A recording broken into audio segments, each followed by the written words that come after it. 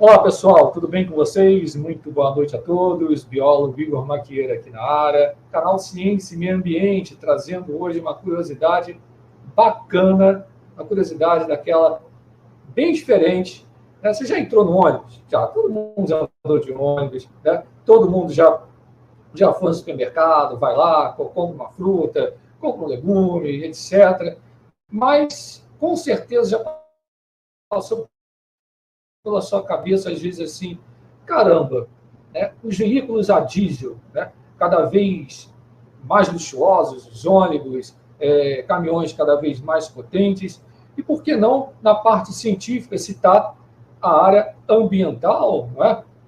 A área, justamente, será que eles têm essa preocupação? Né? O que está envolvido por detrás hoje dos veículos a diesel? Para isso, eu recebi aqui, ele aceitou o convite, o Anderson Dantas. Ele é instrutor e vai se apresentar para vocês nesse exato momento. Muito boa noite, Anderson. Oi. Seja bem-vindo aqui no Ciência e Meio Ambiente. Boa noite, Igor. Boa noite a todos. Muito obrigado pela oportunidade. Meu nome é Anderson Dantas, também tenho um canal no YouTube, né? O Anderson Dantas Ecotraining. Lá a gente fala de caminhões, motores diesel, a nossa especialidade, que é condução econômica, e alguns conceitos técnicos aí dos motores diesel, de operação de caminhões, transmissões, né? Eixos traseiros diferenciais e tudo mais. Muito obrigado pela oportunidade, viu, Igor? Muito obrigado mesmo. Perfeito. Eu que agradeço aqui o pessoal que está nos assistindo e vai assistir também após. Né? Não deixe de se inscrever, depois eu vou colocar o link também do canal lá do Anderson. Já iniciando aqui, né, eu falei a respeito de logística, de agronegócio, de transporte, e uma curiosidade que, com certeza, está na cabeça de todo mundo que acessa aqui o canal, vai lá perguntar. O que as montadoras, né, fizeram, estão fazendo, o que vem por aí a respeito dessa parte de emissões? Muita gente fala do Euro 4, Euro 5, agora Euro 6, né? Na Europa já temos avanços aí também, que vem para cá. O que você tem a falar a respeito disso, com a sua vasta experiência? Vamos lá. Cronologicamente falando, a norma Euro Zero, ela nasceu na União Europeia, né? Foi uma norma que estabeleceu a primeira norma de emissão foi a Euro Zero em 1988, né? E aí veio o Euro Zero, Euro 1, Euro 2, Euro 3. Euro 3 nós tivemos no Brasil até 2011. Não tivemos o Euro 4, que era para ser introduzido aqui em 2009, tá bom? Por quê? Porque nós não tínhamos o diesel S50. O que é S50? S, enxofre, 50 parte por milhão. Então, o diesel S50 se refere ao teor de enxofre do diesel. Então, nós não tínhamos, na época, o diesel S50 em larga escala, e isso, de certa forma, atrapalharia um pouco, né, o lançamento dos Euro 4 aqui no Brasil, embora nós já tivéssemos ali alguns produtos preparados para o Euro 4. Tá? Houve um acordo entre as montadoras, e aí nós pulamos do P5 para o P7. Não houve o P6. O P5 é o Euro 3, o P6 seria o Euro 4, nós pulamos do P5 para o Proconv fase 7. O que é o Proconv? É o Programa de Controle de Poluição dos Veículos Automotores no Brasil, né, regulado pelo IBAMA.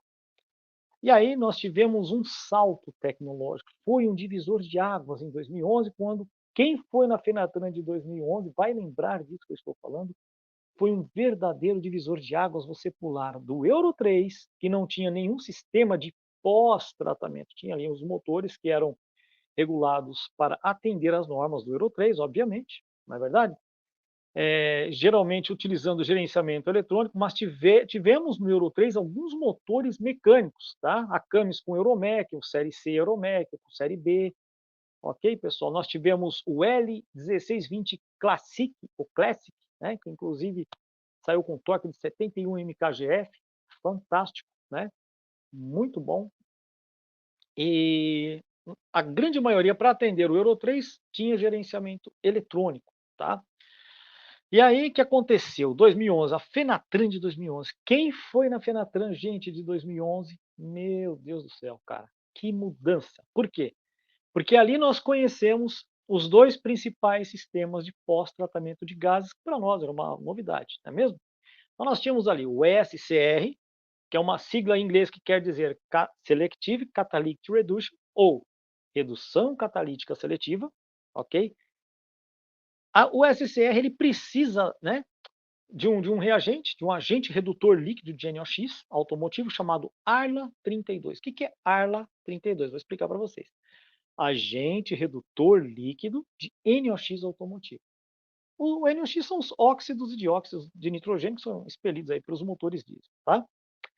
E aí, como funciona, né, o SCR? Primeiro, a gente tem que entender uma coisa.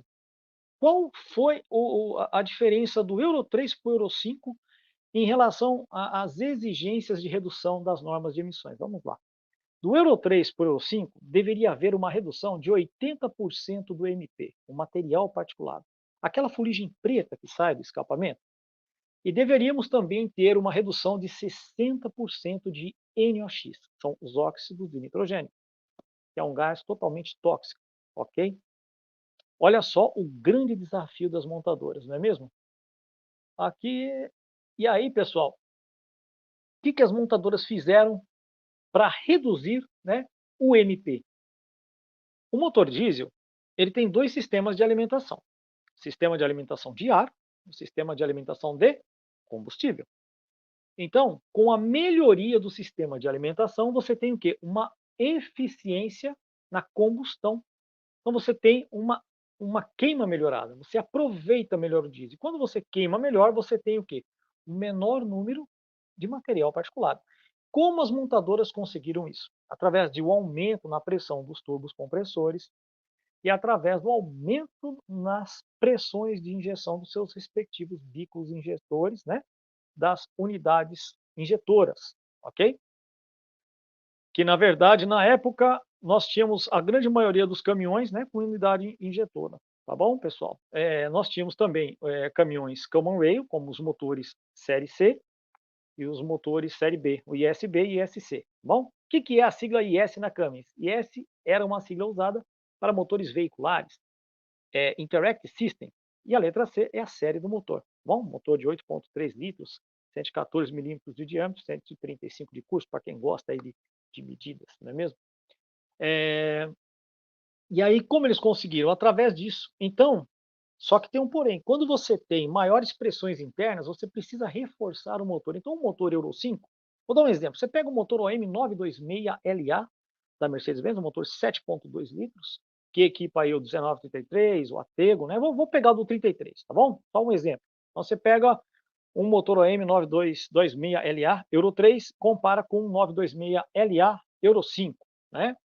Então, pessoal, nós tivemos algumas mudanças, né, significativas nos motores, porque você teve que reforçar a motorização, tá? Então, no 924, você teve que ter um reforço ali, não teve jeito, né? Então, você teve ali no 924 e no 926, comparando com do Euro 3 para o Euro 5. O Euro 5 ganhou injetores de 10 furos, a pressão de injeção 2.200 bar, os pistões foram reforçados, teve um novo eixo de comando de válvulas, uma nova câmara de combustão, uma nova turbina, um novo turbo compressor, você precisa de mais pressão, precisa de mais ar, né? Para você ter uma queima melhorada, na verdade o ar é comburente. As bronzinas mais resistentes, novas válvulas de escape e o coletor de admissão em plástico industrial. As mudanças do 924 e do 926, que eu estou fazendo a comparação do 1933 para vocês entenderem um pouco, tá? E aí o que acontece? Nós conseguimos eliminar um problema, né? Eliminou-se o material particulado, não é verdade? Os 80% nós conseguimos. Porém, na atmosfera, 78% dos gases é nitrogênio, percebe? Então você tem ali nitrogênio, e o nitrogênio entra no processo de combustão, vai reagir no processo termoquímico da queima e vai gerar mais NOx, ou seja, eu acabei com o MP dentro do motor e gerei um problema maior. Aquele que eu deveria ter uma redução de 60%, eu aumentei a emissão desse tipo de gás. Então, o que houve? Nós precisaríamos de o quê? De um sistema que tratasse os gases de escape depois que ele saiu ali do coletor. Por isso que é um sistema chamado de pós-tratamento de gases. Aí é que entra o Arla 32, tá, pessoal? Então, como funciona isso? O Arla 32, ele é um reagente químico, então ele precisa que tenha uma alta temperatura, como o Igor mostrou na imagem passada aqui. Você tem o Igor, volta por favor um pouquinho naquela imagem que você acabou de... Isso. Então aqui nós temos aqui, ó, o tanque de Arla, tá? Nesse desenho nós temos a bomba reguladora, lembrando que esse sistema era um sistema ar assistido. Nós temos sistema elétrico chamado de liquid only, né? Apenas líquido. No sistema ar assistido, nós temos sensores de pressão do ar, sensor de temperatura do ar e sensor de pressão do ar da 32. Em um dado momento, o ar comprimido ele se encontra com o ar para fazer com que o ar percorra esse caminho no sistema. Então, vocês estão vendo que lá no tanque ele está azul, mas ele não é azul aqui no Brasil. O Arla 32 ele é incolor, tá? Ele tem algumas características que, por exemplo, se ele, em baixas quantidades, ele se solidifica em contato com o ar, para se liquefazer novamente, é necessário submetê-lo a uma temperatura de 132 graus centígrados positivos, tá? Ele vai congelar ali por volta de -9, mais ou menos, tá? E aqui vocês estão vendo o caminho que o AdBlue, como é chamado na Europa, nos Estados Unidos é chamado de DEF, Diesel Emission Fluid, ok? Na Europa chamamos de AdBlue, inclusive lá é azul. Então vocês estão vendo aqui a bomba reguladora, na verdade aqui na bomba também tem um filtro do Arla, a unidade dosadora, tá? Que ela vai dosar a quantidade certa do ar após receber as informações dos sensores ali que estão no catalisador. Então nós temos o sensor de temperatura de entrada, né? O sensor de temperatura de saída que está fora ali do catalisador, né? E o sensor, nós temos um outro sensor de NOx, tá? Que ele vai captar os níveis de óxidos de nitrogênio que estão saindo para que você tenha a quantidade exata de ar para fazer a reação naquele momento, tá bom? Então como funciona isso? Em marcha lenta não há injeção de Arla 32, tá certo? Então não há injeção de ar. O Arla 32 só vai ser introduzido no sistema quando o catalisador atingir uma temperatura de 200 graus centígrados. Por quê? Porque eu preciso de alta temperatura para o Arla poder se hidrolisar. Quando o Arla se hidrolisa, ele libera a amônia. A fórmula da amônia é NH3, ou seja, nós temos uma molécula de nitrogênio e 3 de hidrogênio. No catalisador, que vocês estão vendo nessa cor verde abacate aí, que é uma peça, inclusive, que tem metais nobres, né, molibdênio, prata, tungstênio, ouro, enfim, tem vários metais nobres, inclusive, né, talvez por esse motivo seja uma peça muito cara, e a função do catalisador é promover uma reação química. Então, veja só, quando o Arla é hidrolisado, através das altas temperaturas, né, do coletor de escape, ali, do escapamento dos gases de escape, ele libera a amônia. No catalisador, há uma quebra molecular, e os NOx que estão entrando lá, os NOx, os óxidos de nitrogênio também, né, vai ter aquela quebra molecular. Só que o NOx é oxigênio e nitrogênio. Esse mesmo catalisador que faz essa quebra molecular vai promover uma outra ligação química. Ele vai sequestrar 2 átomos de nitrogênio, que é uma molécula de nitrogênio puro, é inerte. O nitrogênio está aqui, 78% dos gases da atmosfera é nitrogênio. Apenas 21% é o oxigênio que nos interessa no processo de queima, que é o nosso comburente, que alimenta a combustão, e 1% de gases nobres. Não há como você separar o nitrogênio do oxigênio, não tem, ele entra no processo. E no processo de queima ele reage produzindo os NOx. É por isso que a gente precisa do Arla 32 para fazer essa reação química. O que nós vamos ter como produto final? O catalisador também vai promover a ligação de 2 átomos de hidrogênio, H2, e 1 átomo de oxigênio. O que é H2O? Água. Então nós teremos como produto final, ao invés do NOx, nós teremos vapor d'água e nitrogênio puro. Então esse é o papel do Arla 32 nesse sistema chamado SCR, Selective Catalytic Reduction, ou redução catalítica seletiva.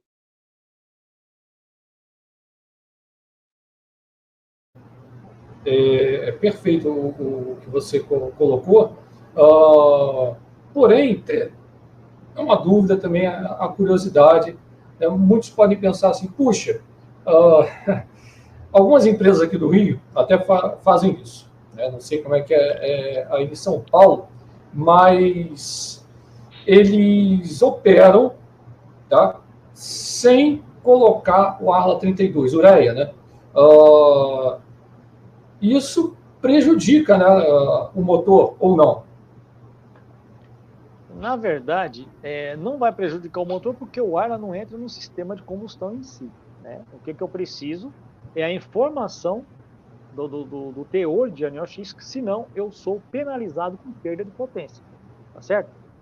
Então, 3, grama kWh, eu tenho uma penalização. Passou de 7 gramas kWh, após 48 horas eu vou ter uma perda de 40% em motores acima de 170 cavalos e 25% perda de potência de motores até 170 cavalos. Tá? Então, no processo de combustão, o Arla não entra. Ele é um sistema, o Arla só vai entrar no sistema de pós-tratamento. Ele não tem nada a ver com a queima do diesel. Lembrando que nesse sistema, o SCR, eu preciso de um diesel com menos teor de enxofre, né? Para que você possa ter aí uma menor emissão de poluentes. Então, o mínimo que eles exigiam na época era o diesel S50, depois virou tudo S10, não é verdade? Aí a turma fala, por que não tira o enxofre todo do diesel? Porque se você tirar o enxofre todo do diesel, aí o diesel não vai ser mais óleo diesel, porque o enxofre faz parte da composição química do diesel. O enxofre dá o poder de lubricidade ao diesel. Então, por exemplo, você usa um diesel S10 no caminhão com bomba injetora, cuja bomba injetora é lubrificada pelo próprio combustível. Você vai estar danificando aquela bomba injetora ao longo do tempo. Por quê? Porque o S10 ele tem 50 vezes menos enxofre que o S500, então o poder de lubricidade dele é bem menor, ok? E aí vem a questão, pessoal, de desempenho, né? O pessoal fala, porque o S10 anda mais, o caminhão anda mais. Gente, é assim. A questão do desempenho do diesel está ligada ao número de cetanas, né? O número de cetanas no S10 é um pouco maior do que no S500 realmente, tá certo? Então, quanto maior o número de cetanas tem um diesel, maior é o seu poder de inflamabilidade, né? Então, no momento que eu tenho ali a atomização do diesel, porque a pressão é tão alta que é uma névoa de diesel que entra na câmara de combustão. E em contato com o ar quente, o diesel se inflama, há uma combustão espontânea empurrando o pistão para baixo. É isso que acontece no motor diesel. Não temos a centelha da vela como nos motores ciclo Otto, né? O motor de combustão que foi patenteado em 1892 por Rudolf Diesel. Então, o sistema praticamente é o mesmo. Lógico, tivemos muitas mudanças em materiais, medidas, né? Um grande avanço também nos lubrificantes, novas tecnologias, gerenciamento eletrônico, sistemas de injeção e tudo mais. Mas o princípio de funcionamento é o mesmo desde 1892. Tá certo, pessoal? Então, é assim, para atender às normas de emissão, cada vez mais, né, mais apertada. Agora entramos no Euro 6, que tem sistemas mais complexos. Inclusive, nós vamos fazer outra live falando um pouco mais do Euro 6, só para vocês terem uma ideia. O Euro 6, ele traz consigo o SCR, traz o EGR, no caso, a recirculação de parte dos gases de escape, que é um sistema que foi usado pelos motores MAN D08 da Volkswagen. Tá? Por que eu falo Volkswagen? Porque em alemão V tem som de F, brincadeiras à parte, né, pessoal? Os motores MAN D08, eles equiparam nos Euro 5 da Volkswagen os caminhões com final 190, 4 cilindros, final 230, 4 cilindros, final 260, 6 cilindros e final 280 também com 6 cilindros. Lembrando que o 4 cilindros é um motor 4,6 litros e o motor 6 cilindros é um motor de 6,9 litros. É um motor que tem uma turboalimentação de 2 estágios, ou seja, eu tenho um turbo menor que trabalha até 1.300 rotações por minuto, e a partir daí um turbo maior que trabalha até a rotação de potência máxima. Bom, então essa turboalimentação, ela me ajuda muito no torque em baixa. Eu já dei vários treinamentos do 24-280, inclusive no meu canal tem vários vídeos. É um motor que, apesar de pequeno, né, o MAN D08 ele tem muito torque em baixa rotação. Então, aqui, nessa imagem que o Igor colocou, está mostrando o tanque do Arla. Na Mercedes, nós tínhamos versões aí de 25, 35, 95. Depois veio os aceros com tanque de 75 litros e 12 litros de Arla. Né? Nós temos o módulo, o bico injetor de Arla, o catalisador e a unidade dosadora que vocês estão vendo ali que tem alguns sensores ali em vermelhinho, né? A saída dos sensores, que são sensor de temperatura do ar, pressão do ar e pressão do ar comprimido. Lembrando que esse é um sistema ar assistido, tá bom? Pessoal, assim, quem utilizou o SCR no Brasil em caminhões? Praticamente todos os fabricantes, né? A única montadora, a única fabricante que utilizou o EGR em caminhões foi a Volkswagen, né? Com os motores MAN 1008, tá? E aí nós tivemos um grande salto tecnológico, tivemos motores mais potentes, né? Tivemos também, lógico, quanto maior a quantidade de componentes, maiores são as probabilidades de falhas, né? Nós tivemos também alguns probleminhas aí do sistema, probleminha de sensor, probleminha de injetor, probleminha disso, daquilo. E na época, quando você desligava um caminhão com um sistema ar assistido, você não poderia chegar, né, e desligar a chave geral direto ali, porque você tinha que esperar fazer a purga do sistema. Então, quando você parava um caminhão Euro 5 com o sistema ar assistido, era normal você escutar um barulho de vazamento de ar, mas não era. Era o próprio sistema fazendo a purga, fazendo aquela sucção contrária para levar todo o ar da tubulação novamente ao tanque de ar para que ele não se solidificasse na tubulação, tá? Então aqui está falando do 926, embaixo aqui, ó, eles inverteram em questão da durabilidade. Essa durabilidade de 1 milhão seria do motor 457, tá? E no 457 está a questão da durabilidade desses 926 aí, mas eles só inverteram, tá bom? Mas isso aqui é só uma observação que eu estou colocando aqui agora para vocês aqui, tá? Então, se você pegar um motor Euro 5 e comparar com o Euro 3, no caso, um precursor dele, você vai ver que é um motor que tem uma queima melhorada, você vai ter um desempenho melhor, porque você sente aquilo, né, no pedal do acelerador, uma resposta mais rápida, uma melhor economia, lógico, porque você tem uma melhor eficiência, e aí você tem que ter uma melhor economia, haja visto que você vai ter o custo com o Arla 32 também, não é verdade? Então você tinha... E aí nós tivemos, na época, um grande problema, né? Logo que entrou ali em 2012, nos Euro 5, nós tínhamos pouquíssimos postos com diesel, que na época era o S50. Ok, pessoal? Depois ficou tudo S10. E também tínhamos poucos lugares que ofertavam um Arla 32 de qualidade. Lembrando que nós temos que comprar o Arla 32 em lugares, né, que tenham uma procedência e respeitar o selo do Inmetro, tá? Falando de... Olha lá, o Pronkov, tá vendo? No Euro 2 ele está falando da bomba injetora, né? Isso. No Euro 3 já tinha um controle eletrônico, né? Nós tínhamos ali um controle da injeção. Esse sistema aqui é o sistema PLD da Mercedes-Benz. O que quer dizer PLD? Pump Leighton Deuce. Então nós temos ali do lado direito a bomba, que é o pump, Leighton Deuce, que seria o sistema bomba-bico, bomba-tubo-bico. O tubo, que é uma caneta que está na horizontal, e o bico injetor que está na vertical, né? O sistema PLD da Mercedes-Benz. Então, é um sistema, pessoal, que é assim. Ele tem um gerenciamento eletrônico, mas ele precisa da ação mecânica do eixo de Cummins para pressionar a bomba bico ali, né? Então, ele não é como um common rail, que você tem o controle totalmente eletrônico da injeção, tá? E aqui na época, né, quem fabricava o Arla 32, a Petrobras, a Vale Fértil, a Iara, a Tirreno, né, os distribuidores, quem eram os distribuidores na época ali, as concessionárias, né, de todas as marcas de caminhões, enfim, as lojas de produtos automotivos, autopeças, alguns postos, né? Mas qual foi o grande desafio, pessoal? O grande desafio foi colocar na cabeça do cliente que ele não precisaria ter medo, né, das novas motorizações, né, dos sistemas de pós-tratamento, e tomar cuidado para manter sempre ali o tanque de ar bem abastecidinho, embora o painel avisasse ali com os LEDs azuis, aquela coisa toda. E aqui a evolução do diesel, né? Nós tínhamos lá atrás o diesel 1800, que era muito usado em máquinas agrícolas, o diesel S500. E aí no P7 nós tivemos por pouco tempo o diesel S50 e depois disso o diesel S10, tá bom? E a redução é... Não entendi.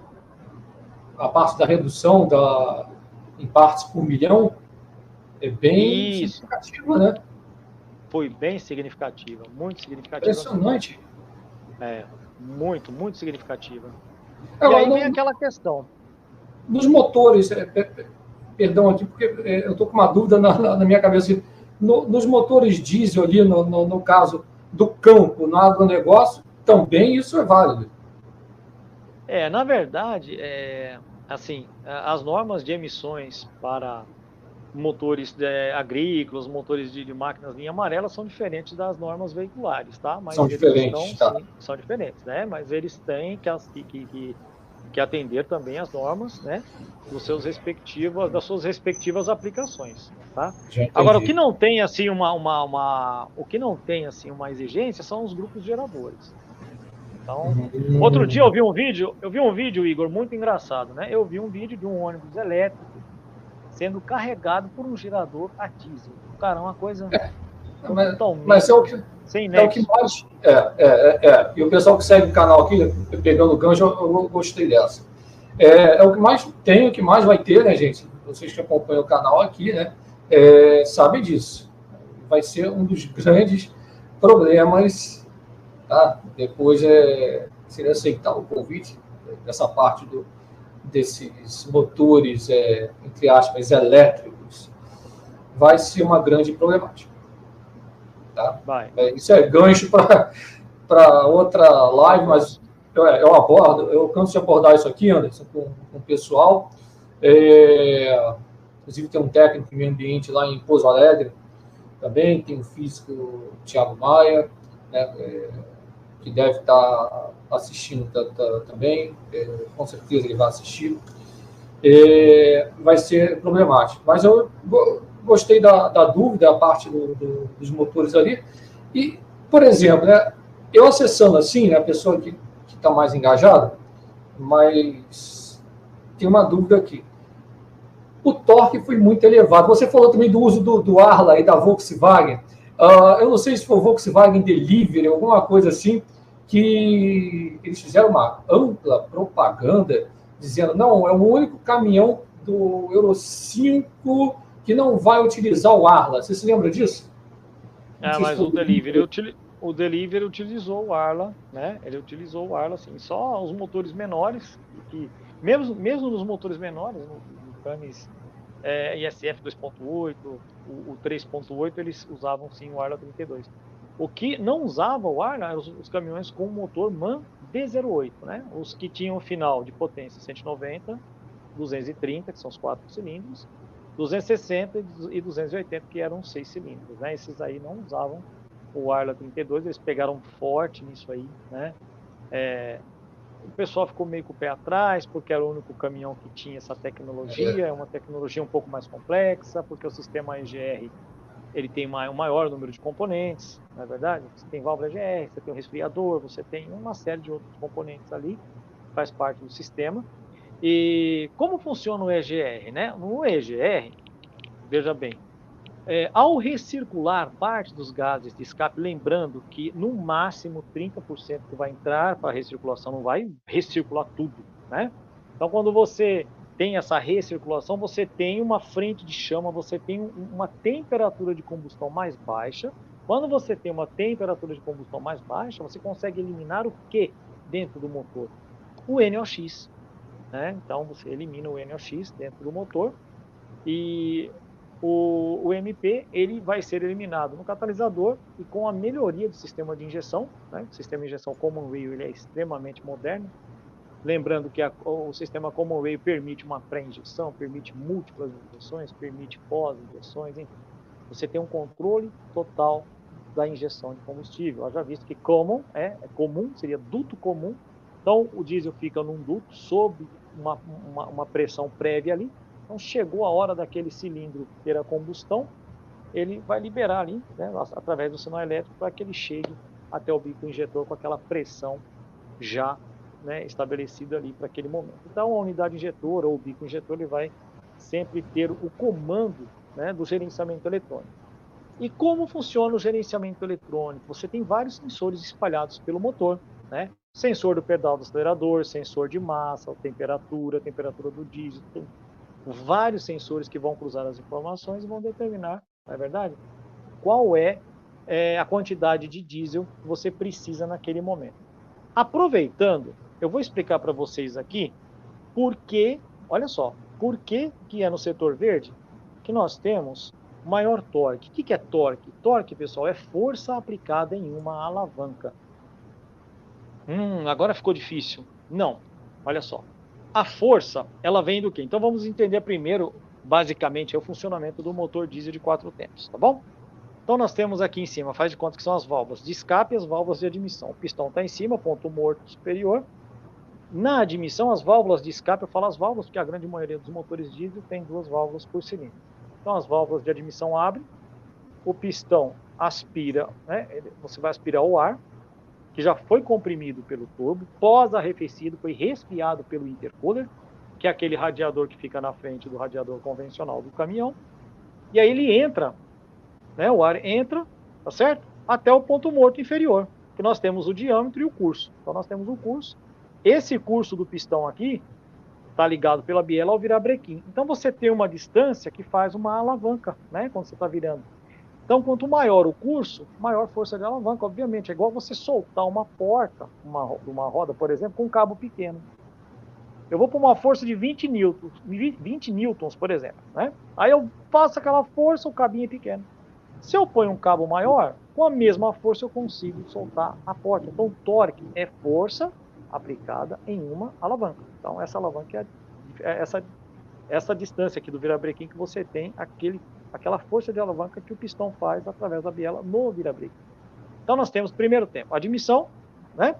Segundo tempo, o pistão sobe, as válvulas estão fechadas, o pistão comprime o ar, tá certo?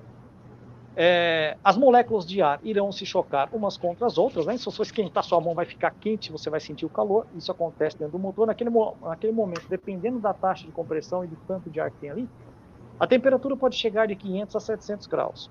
Terceiro tempo, a unidade injetora ou o bico injetor, que já recebeu a informação lá atrás, né? De quanto tempo ele vai energizar o bico para permitir a atomização do diesel ali dentro. Aí começa um processo de combustão, né, do diesel. Então nós temos aqui nós temos a camisa, pistão trabalhando no meio. Quando você tem uma queima, há uma expansão dos gases. Eu não consigo expandir os gases para o lado porque a camisa segura. E só tem um caminho de expansão. Para onde é? Para baixo, né? Então eu empurro o pistão para baixo, tempo de trabalho no motor 4 tempos. Ele trabalha 3 tempos como uma bomba de ar. Por isso que eu sou um defensor dos antigos motores Detroit, 2 tempos, né? Talvez se eles trabalhassem os motores 2 tempos com gerenciamento eletrônico, mas enfim, por questões de emissão de poluente, infelizmente, aqueles motores ficaram deixados de lado. Mas você tem a volta aí de alguns motores 2 tempos, inclusive a Cam está trabalhando isso com um motor de 4 cilindros, mas com 8 pistões contrapostos, né? E um sistema 2 tempos, que o motor tem um rendimento fantástico. Qualquer dia a gente pode fazer uma live falando desse motor, tá? Mas o motor 4 tempos, ele trabalha 3 tempos como uma bomba de ar, praticamente, que ele só vai ter o trabalho no terceiro tempo. Tá bom. Terceiro tempo, empurrou o pistão para baixo, tempo de trabalho. Quarto tempo, as válvulas de escape abrem, os gases de escape saem para o coletor de escape, e aí ele passa na turbina, está ligada a um eixo ao compressor, por isso que o turbo chama turbocompressor. Ele vai comprimir o ar e começa novamente todo o processo, tá? Então vai começar todo o processo novamente. E por que eu tenho o torque, pessoal, em médias e baixas rotações? Vamos lá no primeiro tempo? Se eu tenho alta rotação, eu tenho menos tempo das válvulas, a válvula de admissão aberta, entra menos ar, eu consigo queimar menos diesel. Então eu tenho a todo tempo o pistão trabalhando rápido ali, ó, né? Pistão trabalhando rápido, mas ele não trabalha como se estivesse em rotações mais baixas, empurrando o pistão com força para baixo. É por isso que nas rotações mais elevadas, você não tem tanto torque, está mais relacionado com potência, está mais relacionado com velocidade, aquela coisa toda, tá? E é no quarto tempo que nós temos o trabalho do freio motor de escape, né? Então a borboleta no tubo de escape ali é o freio motor convencional que a grande maioria dos caminhões tem. Nós temos um outro tipo de freio motor, que é o freio motor de descompressão. A Mercedes denomina como top brake. Inclusive, nos primeiros motores, né, que tem o sistema top brake, ela tem uma válvula só para fazer isso, só para fazer essa descompressão. E como funciona? O sistema de descompressão, vou pegar uma caneta aqui, só para vocês entenderem. Faz de conta que essa caneta aqui é uma seringa. Aí eu vou tirar a tampa, né? Vamos supor que aqui eu tenho uma agulha, eu tiro essa agulha, puxo o êmbolo da seringa para baixo e tampo. Na hora que eu empurro o êmbolo da seringa, ele não vai chegar até o fim porque o ar ocupa espaço. Porém, quando eu solto, ele vem com força para baixo. Agora imagina você, eu coloco aquela agulha com um orifício bem fino, empurro o êmbolo com força para cima, ele vai subir com a resistência porque o orifício é fino, né? Eu tenho uma resistência ao subir, porém, quando o êmbolo da seringa chega aqui em cima, ele não volta com força para baixo, então eu não tenho aquele efeito mola do pistão. Esse é o freio motor de descompressão que foi desenvolvido por Claes Cummins na década de 60, pessoal. E aí ele passou essa patente para Jacob Engine Brakes, que é conhecido como Jake Brake, tá? Então, o sistema de descompressão existe há muito tempo. É que cada fabricante dá um nome. A Mercedes chama de Top Brake, a Volvo chama de VEB, mas o VEB ele não tem uma válvula só para fazer isso. Ele tem um atuador na válvula de escape que abre ali cerca de 2 milímetros, mais ou menos, né? Assim como o MAN e VB, Exhaust Valve Brake. Cada montadora ela vai chamar de uma forma diferente, porém, o freio motor de descompressão ele tem um atuador na válvula de escape. Então você tem, com esses sistemas, sempre 2 cilindros frenando, ajudando na frenagem natural do motor, tá? Então, quem foi o primeiro caminhão a ter esse sistema no Brasil? Quem lembra, em 1994, os primeiros FH380 Globetrotter com motor D12A, né? Quem lembra disso, né? Inclusive, olha só, olha que interessante. O pessoal da Volvo foi até Columbus, na Cummins, para pegar a tecnologia para fazer um cabeçote único. Olha só que bacana. Então, houve a colaboração da Cummins no desenvolvimento do motor D12A, que inclusive ganhou um prêmio na Europa, um motor muito moderno, comando de válvula no cabeçote, uma coisa fantástica aquilo ali. Então, nós tivemos o primeiro caminhão aqui no Brasil a ter um freio motor de descompressão, tá? O FH380, era importado na época da Suécia. Agora, o primeiro caminhão fabricado no Brasil a ter um freio motor de descompressão foi a 1935 com o seu Top Brake em 1995. Tá? E aí, os freios motores de descompressão foram evoluindo, né? Hoje nós temos ali, vou falar meio rapidinho para vocês, o freio motor mais potente do mercado brasileiro hoje é o freio motor do S-Way, do Iveco S-Way 540, tem 610 cavalos de potência de frenagem. Segundo lugar, os motores OM471, que equipam os 2653, 2553 da Mercedes com 580 cavalos de potência de frenagem. E aí, né, vai decrescendo, pega o FH com o VEB 510. Nós temos também o DAF, né, com 490 cavalos de potência de frenagem a 2.100 RPM nos motores Packard MX-13 e 460 nos motores Packard MX-11. Nós temos também 460 cavalos de potência de frenagem nos motores Cursor FPT, ou Cursor 13 FPT, que equipa o Iveco 560, né, que tinha o tubo de geometria variável. E nos outros motores que não tem o tubo de geometria variável, 415 cavalos de potência de frenagem, a 2.300 RPM. Sempre a potência máxima de frenagem é sempre perto dos 2.300 ali, tá? Aí você tem o MAN, com motor D26 com 395 a 2.200, depois vem o Meteor com 410 a 2.200. Nós tivemos o International com motor ISM com 395 cavalos de potência de frenagem e por aí vai, né? Se a gente for falar de potência de frenagem, vai ter assunto para a noite toda aqui, mas é só uma curiosidade que eu trouxe para vocês. Não, mas tá bom. Inclusive, eu ia pegar um gancho aqui. Aliás, eu compartilhei uma tela, não sei se chegou para todos, acho que chegou, né? A respeito do Euro 6. Ah, manda de novo. Depois vou mandar. Mas você falou do freio motor, essa realmente eu não sabia, realmente vivendo e aprendendo. Mas tem uma parte aí que você falou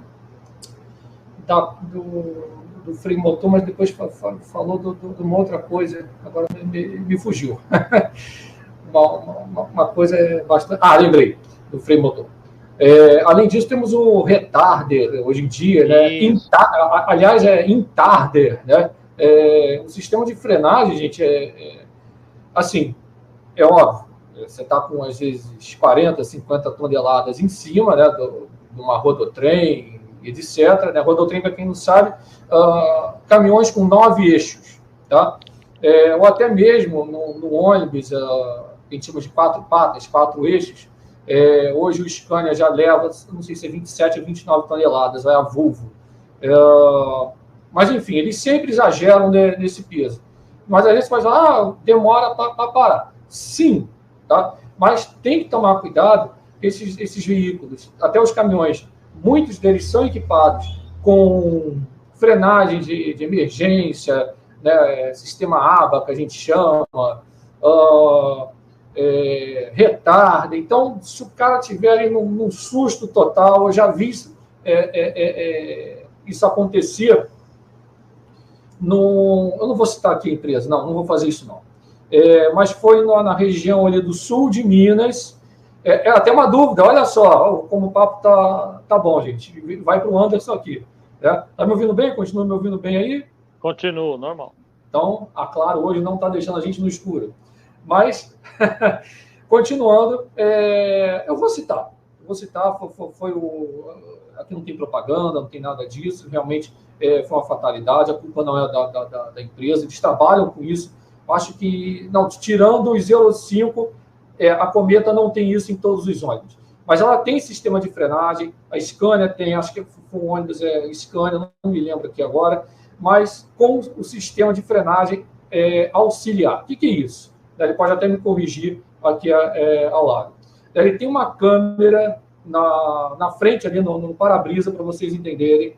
Ele tem um sensor, geralmente vocês já viram um pontinho preto no para-choque. Agora no Euro 6 ele vem com esses sensores, que é opcional, de ponto cego ao lado. Eu achei aquilo feio pra caramba, não sei se você viu. Sei lá, achei aquilo feio. Mas enfim, qual foi a fatalidade? Se eu não me engano, ali tem muita bicicleta. Então o sensor identificou, ele meteu o pé todo no freio, né, sozinho. Ele freia sozinho, gente. O caminhão que estava atrás, pum, né? Acabou totalmente com a traseira do ônibus ali. Eu só acho que não tinha ninguém no sanitário, né? O sanitário desses ônibus atrás. Não era o double deck. O double deck, assim, eles são ônibus de 2 andares, que são extremamente pesados, né? Mas fica até a pergunta aqui, aproveitando a expertise, realmente, né? Eu estou acompanhando o canal do Anderson. Vocês têm que acompanhar também. Eu vou colocar o link na descrição.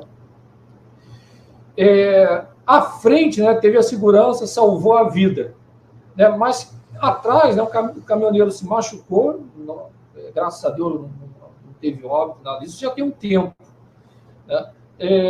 Mas não seria o caso dessas montadoras ajustar isso, Anderson? Então, na verdade, né, o sistema esses sistemas de segurança é aquilo que você falou. Eles são desenvolvidos para salvar a vida. Então, se você ajusta para ter uma frenagem retardada, o que você consegue ajustar, né? Através do ABA, que é o Active Brake Assist da Mercedes-Benz. Você consegue ajustar a área de atuação dele. Ali no caso foi o Scania. Então, o Scania é o ADAS, né?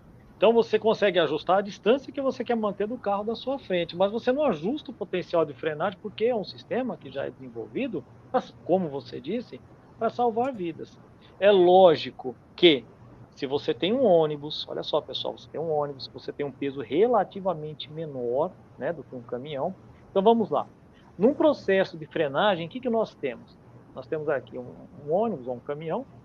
Então, nós temos a distância de reação. O que é isso? É o tempo que o motorista leva para tirar o pé do acelerador e pisar no pedal do freio.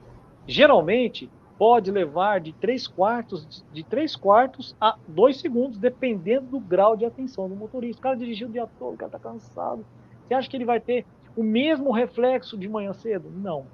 Então, esse tempo, essa distância de reação, ela vai ser maior. E como eu calculo isso? Por exemplo, eu estou a 90 por hora. É só eu dividir por 3,6, que eu vou saber, né? Você está 90 por hora ali. Você pega 90, eu estou com a calculadora aqui, eu vou dividir por 3,6, é simples. Então, eu vou estar percorrendo ali 25 metros por segundo. Olha só, o sistema detectou o perigo, não foi nem o motorista que agiu, então não teve essa distância de reação. Percebe? A bicicleta ia... O sistema freou sozinho.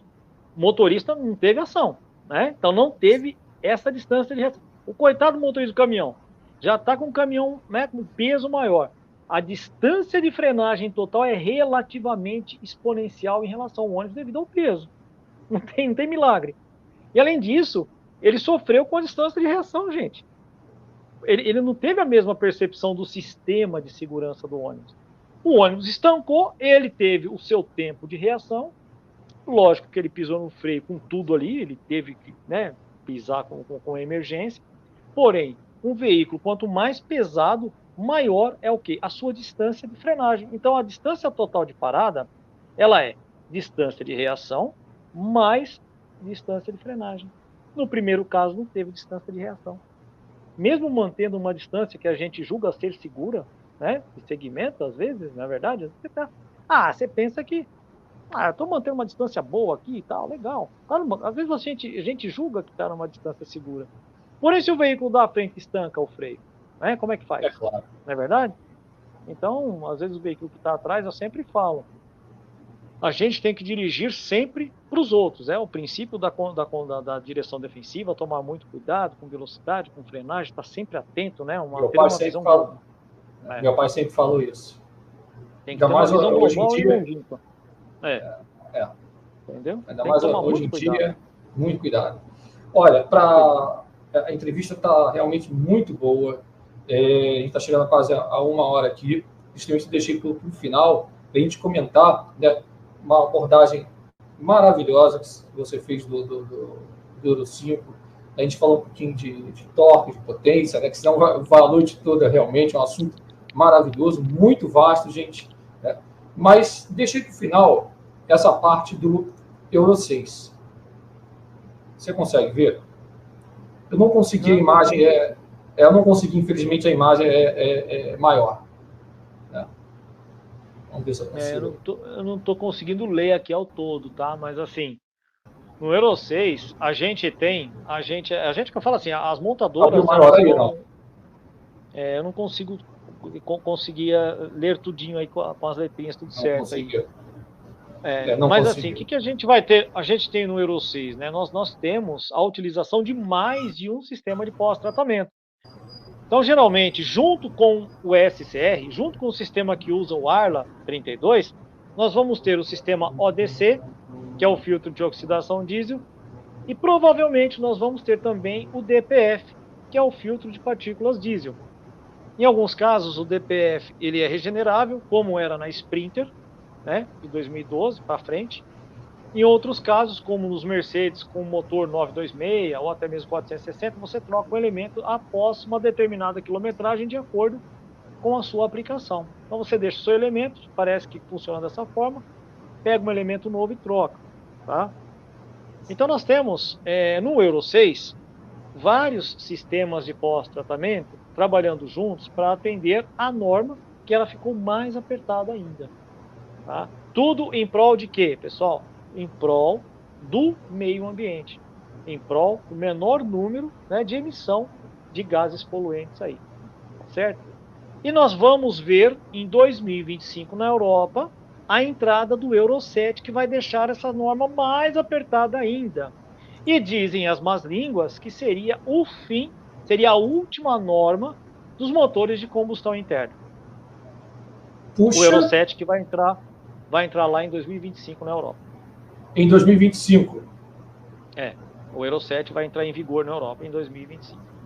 E dizem as más línguas que seria a última norma dos motores de combustão interna.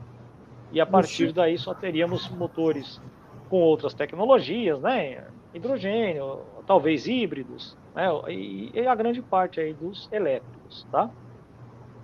Então eles estão querendo realmente acabar com esses motores diesel mesmo. Mas nós temos também outros combustíveis, já tem o diesel sintético, já tem... Só que são combustíveis caros, né? A obtenção é cara, aquela coisa toda. Nós temos combustíveis alternativos, nós temos uma série de coisas aí que talvez dê uma sobrevida aos motores de combustão interna, tá? Mas o Euro 6, Anderson, ainda utiliza o líquido, a ureia, ele utiliza o Arla 32 ou não? Utiliza o Arla, utiliza. Tá? Isso Todos eles utilizam o sistema SCR, além de outros que eu acabei de citar, né? Dependendo do fabricante. Você pega um OM471, já trabalha com EGR junto também para ajudar. Os DAF, que já eram preparados, né? Os motores Packard MX-13, o MX-11, que já eram preparados para o Euro 6, já estava trabalhando com EGR, tá bom? Então, você precisa de mais de um sistema de pós-tratamento para atender esta norma que está cada vez mais apertada, né? Então, tudo em nome do quê? Do meio ambiente, tá bom? Então, tudo em nome aí perfeito. da natureza, do meio ambiente, para que você possa emanar cada vez menos os É, gases é, é o que eu nocivos chamo ao meio ambiente. é o que eu chamo do alinhamento. Né? É um alinhamento também, apesar de serem veículos que são mais caros, né? Acho que é 20% a 30% mais caros, não é isso? É, No caso ali, a gente é isso chama mesmo. do chassi, tá, gente? É, são mais caros que o anterior, que o Euro 5, mas eles vão gerando uma economia, apesar, Anderson, você pode até me corrigir se eu estiver errado, né, eu tenho alguns contatos de pessoas que trabalham em algumas empresas de ônibus aqui no Rio, até mais do grupo Guanabara, né, do falecido Jaco Barata, mas enfim, eles investiram pesado, né, até a Guanabara também, no Euro 6, né, agora vindo também com o Volvo, vieram com 5 chassis Scania também, o K410, mas assim, o pessoal está pegando no, como é que se diz? Nesse catalisador que está dando muito defeito, coisa que não dava no Euro 5. Aí eu respondo assim, gente, pode me corrigir, Anderson. Gente, é uma tecnologia realmente, para o Brasil, é uma coisa extremamente nova. Tá? Aí o pessoal cai de pau, às vezes, na Mercedes, que tinha que vir já com a M471, que fizeram ajustes no AM460, que tinha que ser um motor novo, ou então caem de pau na Scania, na Volvo. Gente, esses motores, eles apresentam uma certa similaridade, não são iguais, não é isso. Mas, por que o maior pau ali em cima da Mercedes? Né? É a maior fabricante, eu não estou puxando o saco de ninguém, todo mundo sabe disso aqui. Realmente, tem essa tradição, vamos dizer assim, de faz o básico e faz bem feito, né? Principalmente no setor urbano, né? A líder de vendas, o chamado aguentar o tranco, né? Alguns até brincam, alguns frotistas falam isso, eu fui em várias Fetras Rio, aqui no estado do Rio, no Rio Centro, conversei, alguns brincavam, escutavam o papo, né, com o chassi da Mercedes, é o chamado Fusca, mas muita coisa mudou. Tá? Hoje, no Euro 6, eu vejo vários carros aqui novos, zerados, indo para Guanabara Diesel para fazer revisão. Isso é normal. Eu vou pedir aqui a opinião ilustríssima do Anderson a respeito disso. Os Scanias também, a Montijo, pelo que eu fiquei sabendo, também está sofrendo sofrendo não é o termo correto, né? Ajustando essas coisas com o Euro 6, e tanto é que os frotistas realmente estão mesclando, né? Vocês podem ver que 100% quem era Mercedes está vindo um pouquinho de Scania, um pouquinho de Volvo, ou vice-versa, né? Quem era quase 100% Scania, não vou citar nomes aqui, está vindo com Mercedes, e assim vai, né? O que você acha, Anderson? Na verdade, né, todo o sistema novo, tivemos problemas também no início do Euro 5, então todo o sistema de pós-tratamento é novo. Ele vai apresentar algum ajuste, como você falou, em todos os fabricantes, em todos os montadores, é uma coisa nova, não é mesmo? Então, infelizmente, estamos sujeitos a isso. Então, quanto maior o número de componentes, maiores são as probabilidades de falha. Veja só, lá atrás, na década de 70, aqui no Brasil, havia uma grande resistência, né, em motores turboalimentados, que lá fora, na Europa, nos Estados Unidos, era uma coisa comum, mas aqui no Brasil havia uma resistência, por quê? Porque era um componente a mais para dar problema. Então, você veja, o caminhão que mais reinou e ainda reina soberano aí, né? Já foi fabricado mais de 200 mil unidades do 1113, né? com seu motor M352, desenvolve 130 cavalos a 2.800 rotações por minuto, com torque máximo de 37 kgf a 2.000 RPM. Motor simples, né? Motor simples. É 5.675 cilindradas, na verdade, 5.7 que a gente arredonda ali. Motor maçarico, motorzinho que não tem nenhuma turbo alimentação nem nada, mas foi um caminhão que teve uma grande confiabilidade. Aqui em São Paulo, na aviação Bola Branca, por exemplo, nós tínhamos ali vários chassis LPO 1113, né, com a carroceria Torino, carroceria Amélia, Gabriela. Inclusive, eu gosto, nós podemos falar aí dos ônibus antigos aí, né, uma hora, como você quiser, lógico. E rebuscar tudo aqueles anos 80, 90, anos 70, né? Coisa Nossa, aí tá falando do. É. Tá falando do. A ficha técnica. Os paradinhos do gente. Geração, que coisa, né? Geração 4. Geração 4. Então, o pessoal naquela época era feliz e não sabia. Você tinha um motor simplesinho, uma caixa de câmbio simples, né? O Mercedes tinha uma caixa ali com a primeira com a relação de 8,98 para 1, praticamente quase 9 para 1. Então você tinha uma primeira bem forte, as 3 primeiras marchas no LP 1113 eram marchas de força e a quarta e a quinta eram marchas mais longas. Quem lembra disso, quem é motorista, deixa aí no comentário, quem lembra disso que eu estou falando. Na verdade, eu andei muito de LP 1113, faz parte da minha infância. Andei muito de B58, né? Andei muito também no Scania K112 série da CMTC aqui em São Paulo. Então, assim, se a gente for falar de ônibus, a gente fica falando... Nossa, pô!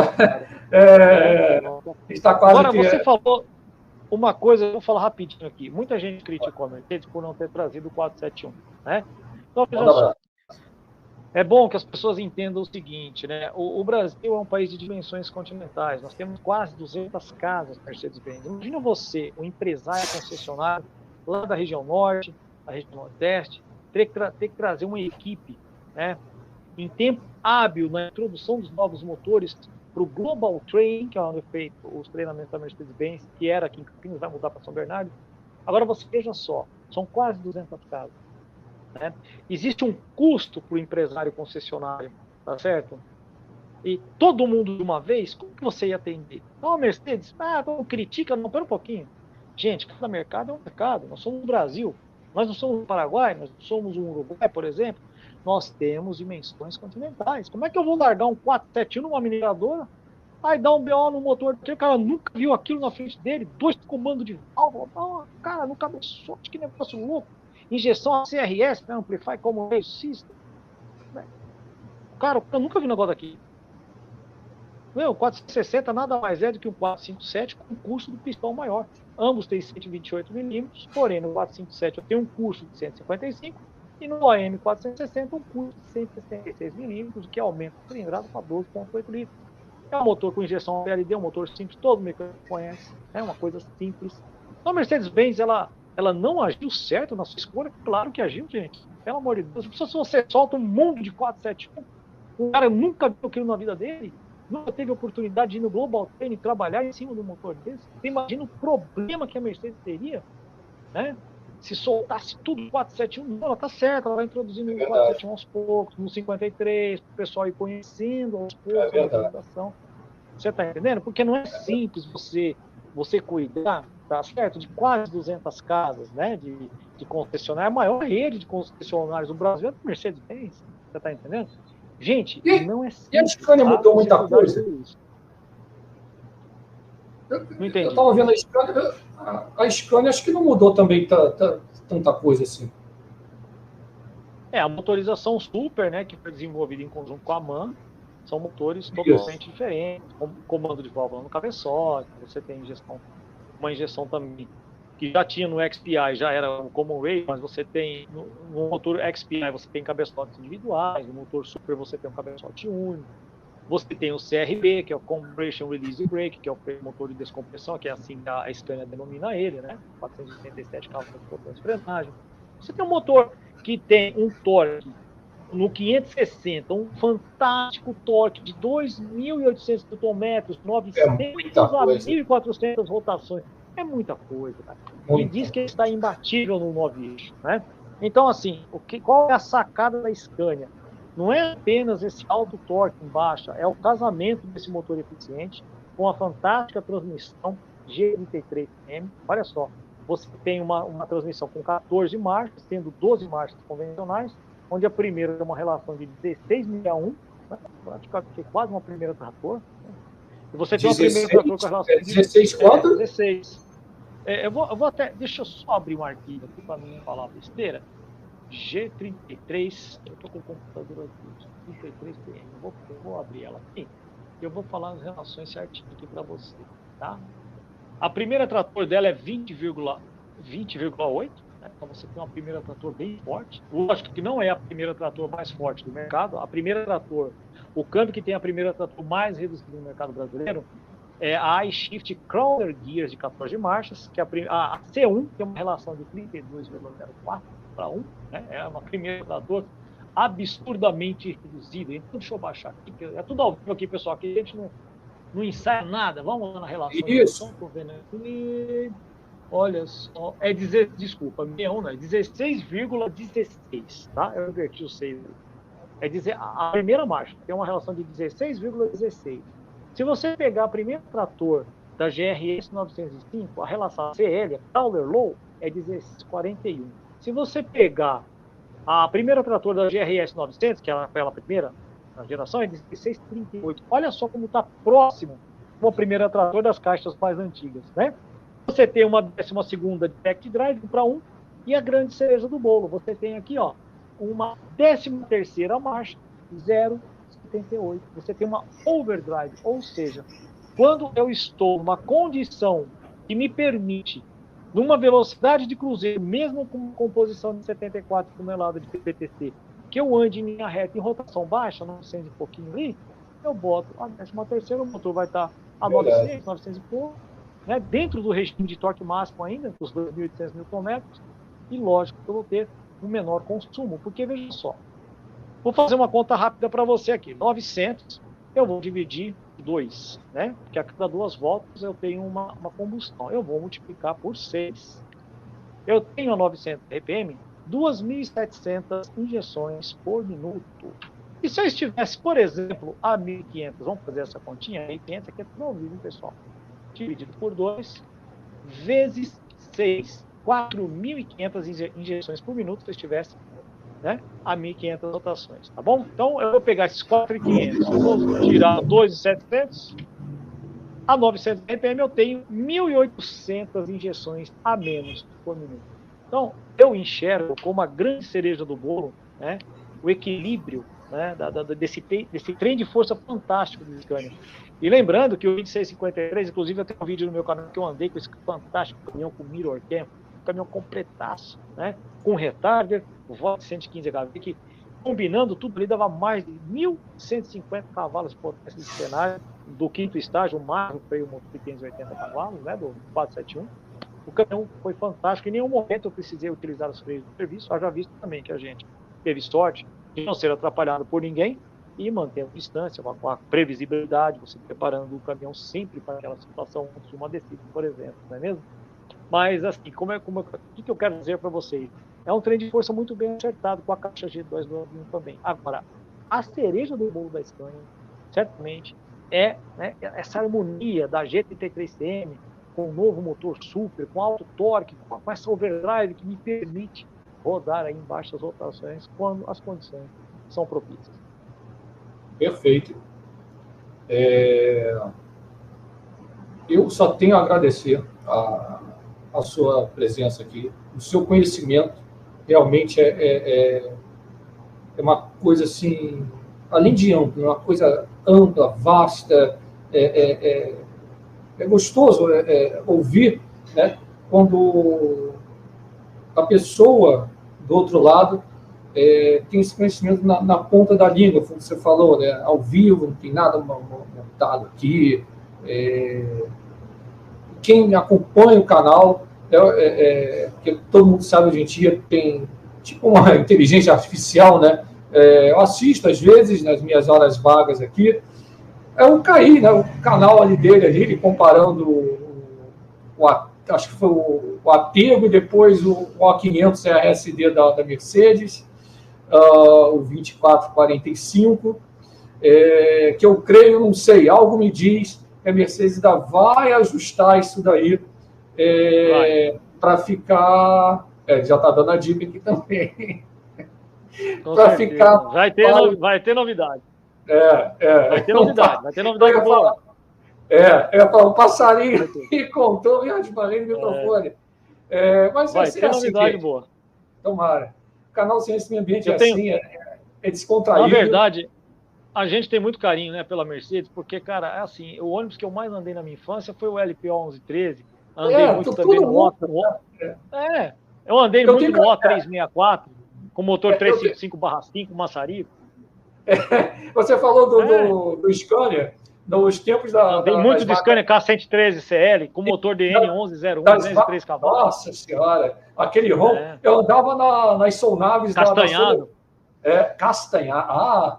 Aquele castanhado do Scania é lindo, né, cara? Chamado Boi Bandido. O pessoal sabe que eu viajava muito pela Soletour. Então, a Soletour tinha os ônibus próprios, chamados Solnaves. Como é que é o nome? Sabetur? Soletour. Soletur. A Soletur tinha muito Scania, né, na época? Nossa, era só Scania. Os Paradiso 1450? Paradiso G4, 1400, e depois ela já estava para falir. Não, acho que não. Ela comprou depois de 1450, mas não era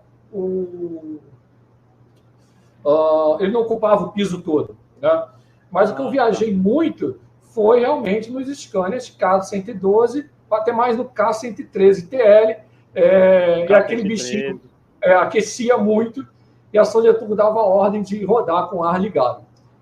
Na Copa do Mundo, a gente ficou pé da vida, tetracampeão. A gente parou num barzinho com 2 Solnaves, com ar pifado.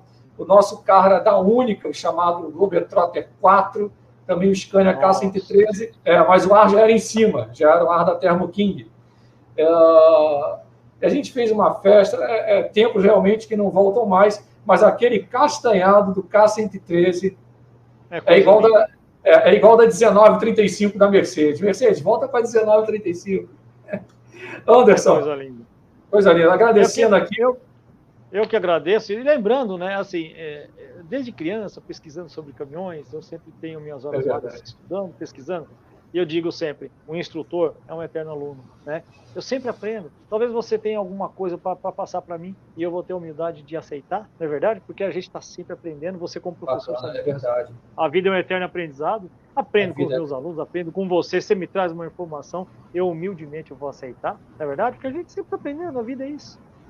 Então a gente tem que ter em mente que a vida é um constante e eterno aprendizado e basta querer, né? Basta ter interesse e a gente está sempre se desenvolvendo, sempre. Ninguém sabe mais do que ninguém. Existem saberes diferentes, não é verdade? E quando a gente compartilha um pouco que sabe, todos nós podemos saber um pouco mais. É assim que funciona. Perfeito. Olha, sabe as palavras, já chamo até de professor também, porque é o que eu digo, o verdadeiro professor, ele chega... ninguém sabe tudo, né? Por isso que eu até falo, todo mundo é o eterno professor, o instrutor, o médico, ele está sempre estudando, sempre aprendendo coisas novas, e é isso que faz parte da ciência. Muitos podem estranhar, puxa, um instrutor de caminhões, não, gente, é um sábio, uma sabedoria surreal, o Anderson Dantas aqui, essa ilustre presença aqui no canal. Forte abraço, muito obrigado mesmo. Tá? Ô, Igor, eu que agradeço. Você vai voltar aqui. Vamos falar de ônibus antigos, vamos falar de normas de emissão. Se você falar, vamos comparar o ônibus tal com o ônibus tal, vamos falar dos ônibus que eu andei na minha infância, na minha adolescência. Sabe o que eu aprontei com a minha avó uma vez? Eu vou contar rapidinho para vocês aqui, que vocês vão dar risada. A Aviação Mola Branca, em 1984, comprou 3 Volvo articulados, 2 com a carroceria Amélia, o 005 e o 006, e um com a carroceria Condor, o 022, né? E aí eu fiz a minha avó esperar esse bendito. Só tinha 3, gente. Só tinha 3 ônibus desses. Ela ficou 2 horas no ponto, esperando esse ônibus. Bem, eu tinha 10 anos de idade, 1984. Quando eu vi na Teutônio Vilela, quem é da Zona Sul, quem sabe, o bichão parou no farol da Teutônio 022, a carroceria Condor, aquelas 4 setas piscando assim. Rapaz, me deu um negócio do coração. Agora eu vou andar nesse trem. Que emoção, cara. Que coisa fantástica, né? Então a gente lembra com muito carinho as coisas bestas dessa, né? Aí o motor, o B58 com 250 cavalos, câmbio automático Allison de 5 velocidades, e o eixo traseiro Raev 90 sem redução nos tubos. Essa era a configuração, né, desse ônibus, 92 MKGF torque na época, a 1400 RPM. Aí depois eu pesquisei, lógico, eu peguei a revista e já fui querer saber potência, torque, que motor que era, né? Aquela coisa toda, aquela paixão por caminhão, por ônibus. É verdade, é uma paixão. Né? Mas eu fiz minha avó ficar mais de 2 horas no ponto, rapaz. Olha, até hoje eu falo para ela, graças a Deus, minha avó, Dona Maria Dantas, um beijo pra senhora, te amo. Minha avó tá viva, com muita saúde, graças a Deus, né? E fiz ela passar cada bocado. Ela me levou para andar no Fofão, né? No 2 andares, no K112 CL com motor aspirado. Quem não sabe, eram 203 cavalos, não era turbinado.